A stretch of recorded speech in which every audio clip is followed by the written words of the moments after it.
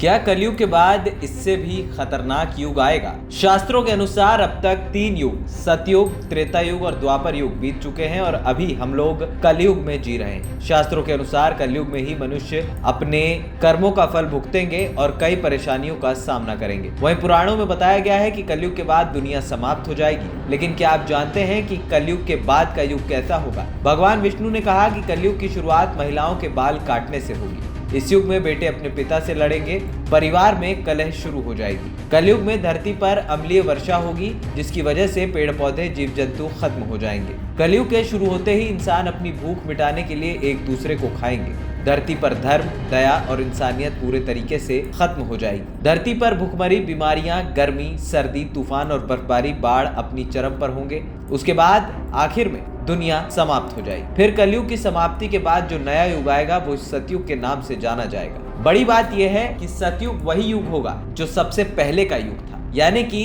कुल मिलाकर युगों के 4 चरण और हम चौथे चरण में जी रहे हैं। कलयुग को सबसे भयावह युग माना गया है। कलयुग में ही धर्म की स्थापना जरूर होती, लेकिन इसके बावजूद इंसान इतना पापी हो जाएगा कि वो धर्म कर्म की चीजों को भूल जाएगा। इंसान इतना पापी हो जाएगा कि वो एक दूसरे को मार कर खाएगा। कलयुग में दया खत्म हो जाएगी। जब कलयुग का समापन होगा उस दौरान कई वर्षों तक बारिश होगी। आपको बता दें कि कलयुग के अंत में पापियों का नाश करने के लिए भगवान विष्णु कल्कि अवतार में जन्म लेंगे। कल्कि अवतार ही कलयुग से सतयुग को जोड़ने का एक माध्यम होंगे। यही वजह है कि अब हर कोई जो ये मानता है और जानता है कि कलयुग के बाद कौन सा युग आएगा, तो वो युग होगा सतयुग। ANP टाइम्स की रिपोर्ट।